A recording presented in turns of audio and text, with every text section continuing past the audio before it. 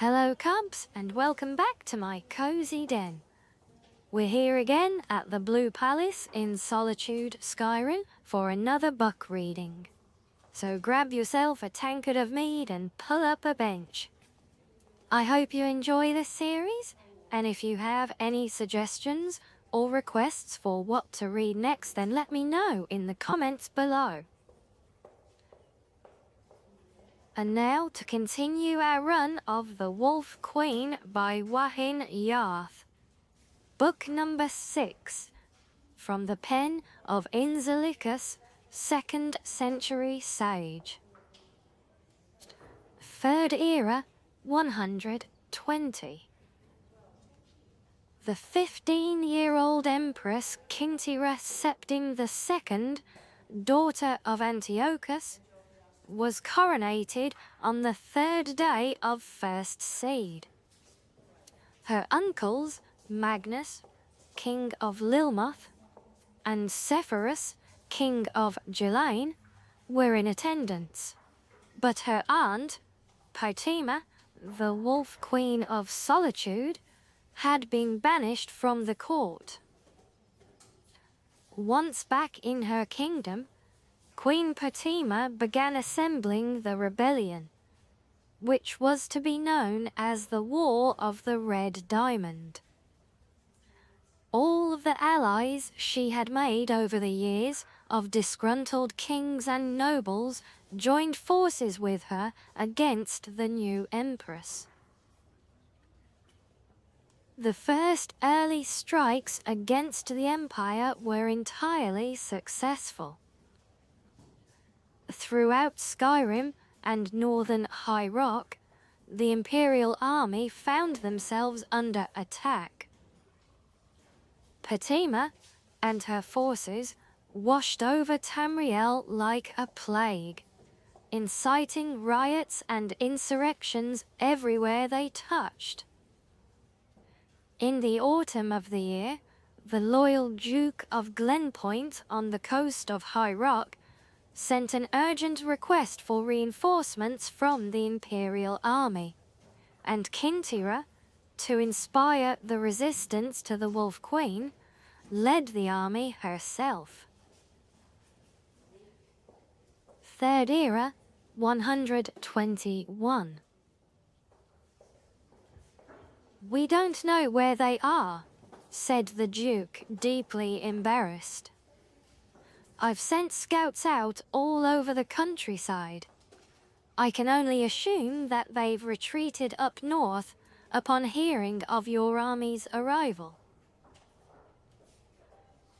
"I hate to say it, but I was hoping for a battle," said Kintira.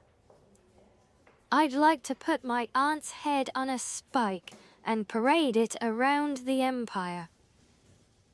Her son Uriel and his army are right on the border to the Imperial province, mocking me. How are they able to be so successful? Are they just that good in battle, or do my subjects truly hate me?" She was tired after many months of struggling through the mud of autumn and winter. Crossing the Dragontail Mountains, her army nearly marched into an ambush. A blizzard snap in the normally temperate barony of Dwynnen was so unexpected and severe that it must certainly have been cast by one of Pythema's wizard allies. Everywhere she turned, she felt her aunt's touch. And now, her chance of facing the Wolf Queen at last had been thwarted. It was almost too much to bear. "It is fear, pure and simple," said the Duke. "That is her greatest weapon." "I need to ask," said Kintira, hoping that by sheer will she could keep her voice from revealing any of the fear the Duke spoke of. "You've seen the army. Is it true that she has summoned a force of undead warriors to do her bidding?" No, as a matter of fact, it's not true. But she certainly fosters that rumor. Her army attacks at night, partly for strategic reasons, and partly to advance fears like that. She has, so far as I know, no supernatural aid other than the standard battle mages and nightblades of any modern army. Always at night, said Kintyre thoughtfully. I suppose that's to disguise their numbers. And to move her troops into position before we're aware of them, added the Duke. She's the master of the sneak attack. When you hear a march to the east, you can be certain she's already on top of you from the south. But listen, we'll discuss this all tomorrow morning. I've prepared the castle's best rooms for you and your men.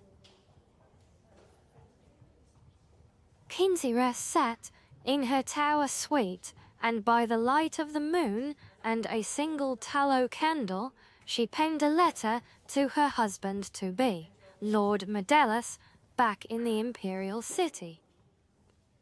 She hoped to be married to him in the summer, at the Blue Palace her grandmother Quintilla had loved so much. But the thought that war may not have permitted it. As she wrote, she gazed out the window at the courtyard below, and the haunted, leafless trees of winter. 2 of her guards stood on the battlements, several feet away from one another. Just like Medellus and Kintyre, she thought, and proceeded to expound on the metaphor in her letter. A knock on the door interrupted her poetry. "A letter, Your Majesty, from Lord Medellus," said the young courier, handing the note to her. It was short, and she read it quickly before the courier had a chance to retire. "I'm confused by something. When did he write this?" "1 week ago," said the courier. "He said it was urgent that I make it here as quickly as possible while he mobilized the army. I imagine they've left the city already." Kintyre dismissed the courier. Medellus said that he had received a letter from her, urgently calling for reinforcements to the battle at Glenpoint. But there was no battle at Glenpoint, and she had only just arrived today. Then who wrote the letter in her handwriting? And why would they want Medellus to bring a second army out of the imperial city into High Rock? Feeling a chill from the night air at the window, Kintyre went to shut the latch. The 2 guards on the battlements were gone. She leaned over at the sound of a muffled struggle behind one of the barren trees and did not hear the door open. When she turned, she saw Queen Patima and Mentin, Duke of Glenpoint, in the room with a host of guards. "You move quietly, Aunt," she said after a moment's pause. She turned to the Duke. "What's turned you against your loyalty to the Empire? Fear?" "And gold," said the Duke simply.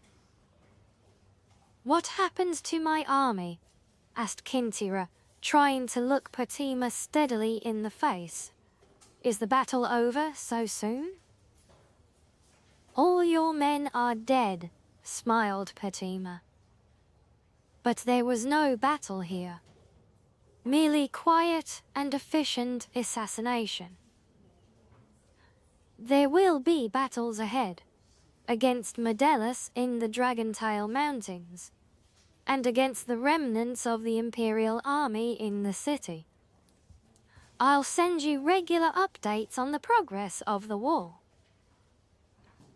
So I am to be kept here as your hostage? Asked Kintyre flatly, suddenly aware of the solidity of the stones and the great height of her tower room. Damn you, look at me. I am your empress. Think of it this way. I'm taking you from being a fifth-rate ruler to a first-rate martyr, said Fatima with a wink. But I understand if you don't want to thank me for that. And there you have it, Cubs.